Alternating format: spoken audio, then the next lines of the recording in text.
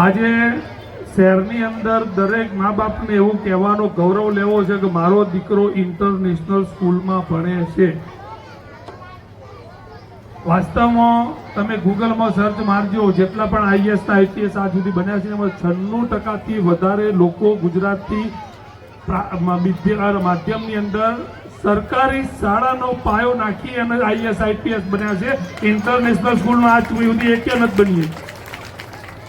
કારણ કે સૌથી મોટી તકલીફ હોય છે ઇન્ટરનેશનલ સ્કૂલ મારી હોય, મારા જ માર્ક્સ આપવાના હોય તો હું મારી સ્કૂલનું રિઝલ્ટ નીચું લાવવું કામ એટલે 99% 90% જ જાય.